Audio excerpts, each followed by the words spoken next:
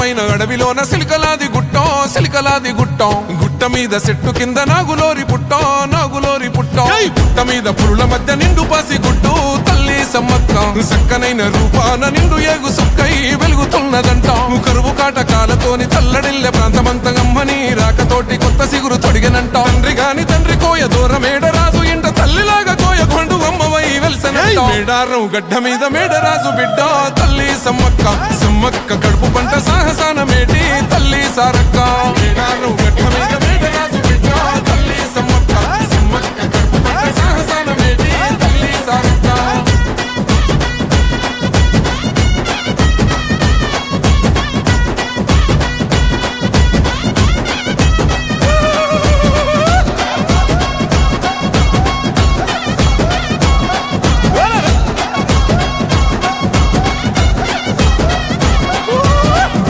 భూములన్నీ పురుడు పోసుకొని పులకరించెనమ్మా